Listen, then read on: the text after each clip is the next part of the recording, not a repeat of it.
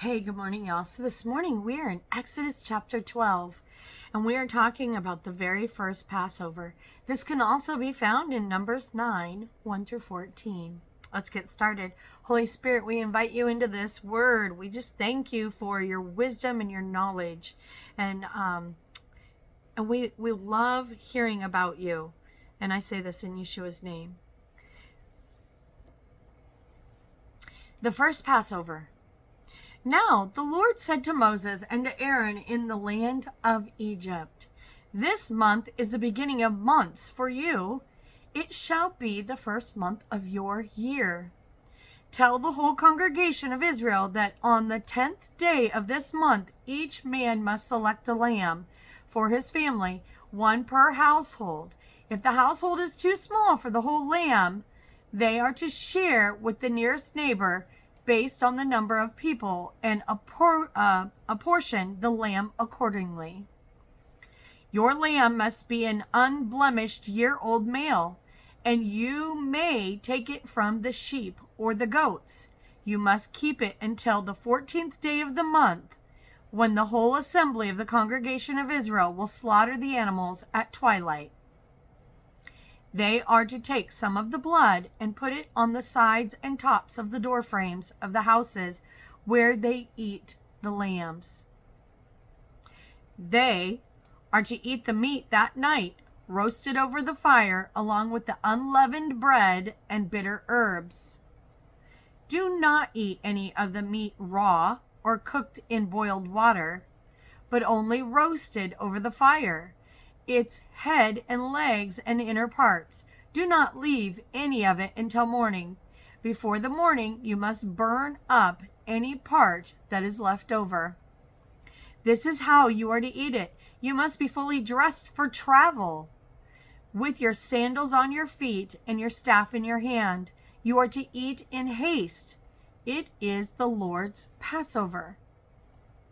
On the night I will pass through the land of Egypt and strike down every firstborn male, both man and beast, and I will execute judgment against all the gods of Egypt. I am the Lord. The blood on the houses where you are staying will distinguish them. When I see the blood, I will pass over you. No plague will fall on you to destroy you when I strike the land of Egypt." The Feast of Unleavened Bread can also be found in Leviticus 23, 4 through 8, Numbers 28, 16 through 25, and Deuteronomy 16, 1 through 8. And this day will be a memorial for you, and you are to celebrate it as a feast to the Lord, as a permanent statute for the generations to come. For 7 days you must eat unleavened bread. And on the first day, you are to remove the leaven from your houses. Whoever eats anything leavened from the first day through the 7th day must be cut off from Israel. So, he means what he says. Do not sin. On the first day, you are to hold a sacred assembly, and another on the 7th day. You must not do any work on those days, except to prepare the meals. That is all you may do. So you are to keep the Feast of Unleavened Bread, for on this very day I brought your divisions out of the land of Egypt. You must keep this day as a permanent statute for the generations to come. In the first month you are to eat unleavened bread from the evening of the 14th day until the evening of the 21st day.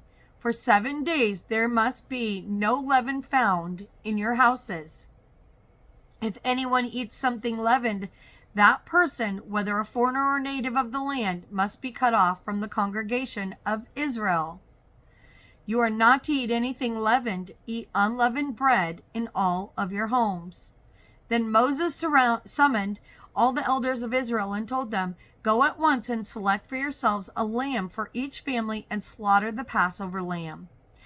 Take a cluster of hyssop, dip it into the blood of the basin, and brush the blood on the top of the sides of the door frame.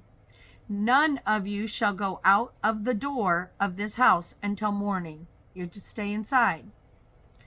"When the Lord passes through to strike down the Egyptians, He will see the blood on the top and sides of the doorframe, and he will pass over the doorway. So he will not allow the destroyer to enter your houses and strike you down. And you are to keep this command as a permanent statute for you and your descendants. When you enter the land of the Lord, the Lord will give you as he promised. You are to keep this service. When your children ask, what does this service mean to you? You are to reply, it's the Passover sacrifice to the Lord, who passed over the houses of the Israelites in Egypt when he struck down the Egyptians and spared our homes. Then the people bowed down and worshipped, and the Israelites went and did just at what the Lord had commanded Moses and Aaron. The 10th plague, death of the firstborn.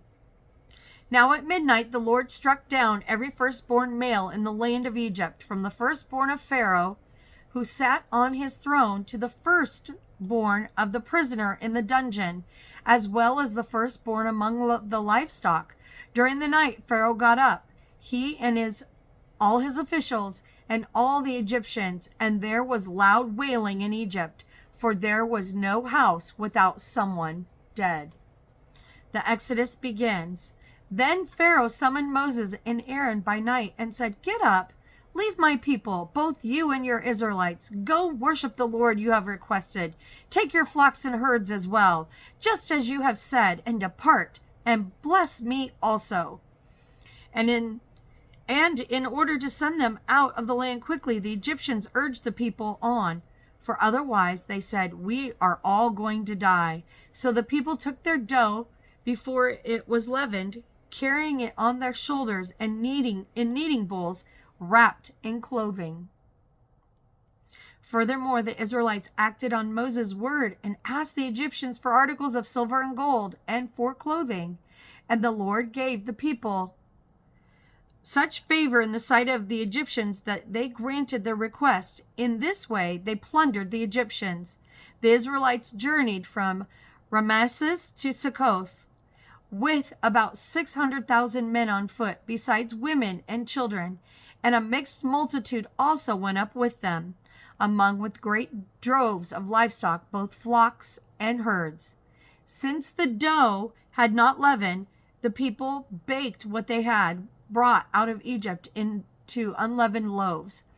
For when they had been driven out of Egypt, they could not delay and had not prepared any provisions for themselves.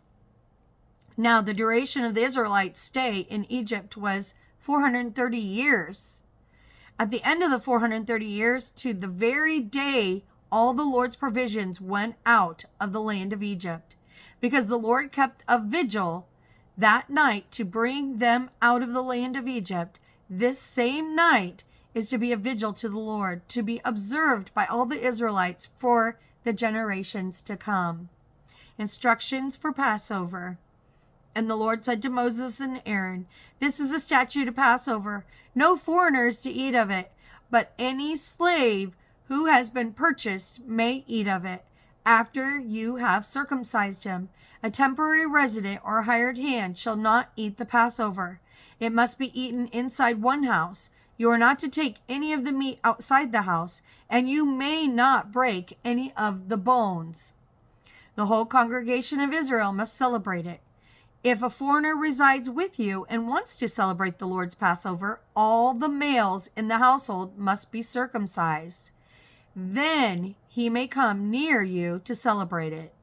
And he shall be like the native of the land, but no uncircumcised man may eat of it. The same law shall apply to both the native and the foreigner who resides among you. Then all the Israelites did this. They did just as the Lord had commanded Moses and Aaron. And on that very day, the Lord brought the Israelites out of the land of Egypt by their divisions. And we're reminded in the New Testament, Christ was found celebrating the Passover. The night before he was crucified, he was found, they were going up for the Passover dinner. Remember to understand this is all. He mirrors what took place here. He becomes that sacrificial lamb himself. I hope this helps you. I hope you'll do a deep dive, and I hope that you'll read the extra verses that I had given to you, Numbers and Leviticus and Deuteronomy. And I pray you have a blessed day. It's all about his worship. Remember that.